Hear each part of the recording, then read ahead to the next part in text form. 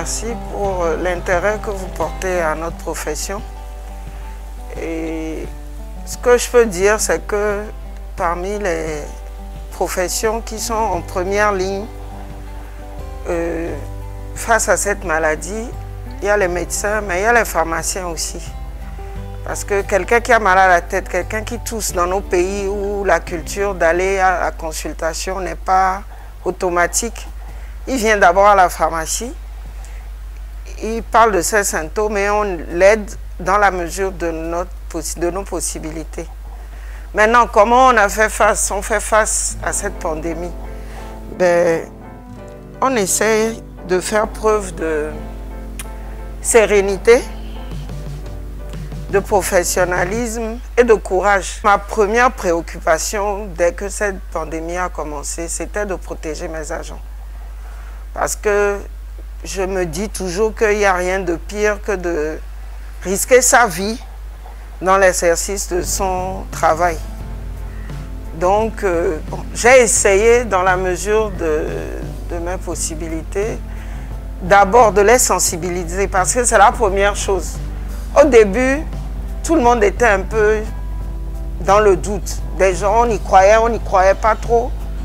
Leur faire comprendre que c'était réel. Parce que tant que vous n'avez pas vu ça de près, vous avez des doutes.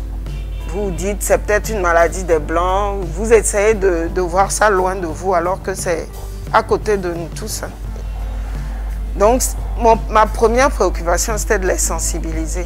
Ma deuxième préoccupation, c'était de mettre en place les quelques mesures qu'on a aujourd'hui pour faire face à cette pandémie. Au début, quand ils essayaient de faire comprendre aux gens qu'il ne fallait pas trop s'approcher du comptoir, les gens n'arrivaient pas à comprendre, d'où le cordon qu'on a été obligé de mettre. Oui, parce qu'ils ne comprenaient pas. Mais moi, ma préoccupation, c'était d'abord protéger mes agents. Parce qu'eux, ils viennent, on ne sait pas d'où ils viennent, on ne sait pas avec quoi ils viennent. Quelqu'un qui vient dans une pharmacie, il ne vient pas pour se promener, il vient parce qu'il est malade la plupart du temps. Donc, il y a eu ça, il y a eu le port du masque. Dès qu'on a eu la possibilité aussi, on s'est procuré des visières pour doubler la protection en dehors des masques. Ils ont des visières aussi, quand ils sont en train de servir. Tout le temps, la sensibilisation, parce que nous tous, c'est une nouvelle maladie. On s'oublie des fois. On oublie qu'il y a un problème, donc on veut reprendre. Quand des fois, je trouve qu'ils ne sont pas assez distants les uns des autres, je les rappelle. Maintenant, par rapport aux clients, on a fait faire un marquage au sol pour pouvoir respecter la distanciation d'1 mètre entre les clients.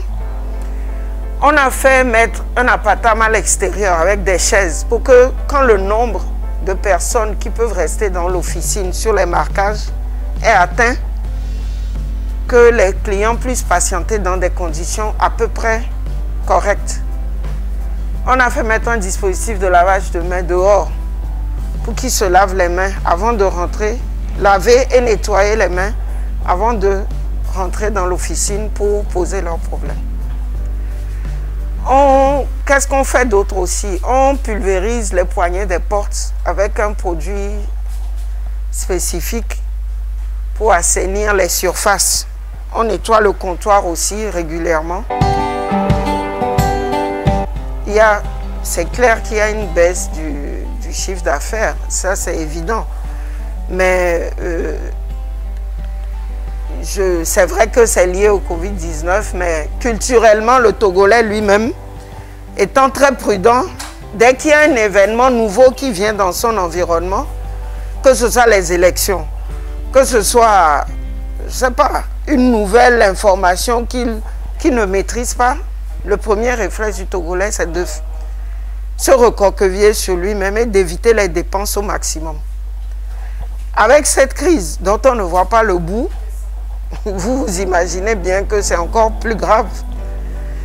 Et bon, les gens vont à l'essentiel. Quand ils viennent en pharmacie, ce n'est plus pour le confort. C'est extrêmement rare. On ne finira pas de sensibiliser. Tant que cette maladie n'aura pas trouvé une solution, je crois que la sensibilisation, elle doit être faite tout le temps, partout et vis-à-vis de tout le monde. Les gestes barrières, ça, tout le monde les connaît maintenant. Se laver les mains avec du savon et de l'eau pendant au moins 30 secondes parce que... Et vraiment laver en frottant tous les endroits de la main, les creux, des doigts, au niveau des ongles, vraiment bien laver les mains. Si on n'a pas de savon et d'eau, utiliser un gel hydroalcoolique. Donc dans ce sens, je sensibiliserai les gens à en avoir autant qu'ils le peuvent autour d'eux. Dans la voiture, à la maison, sur vous, dans votre sac.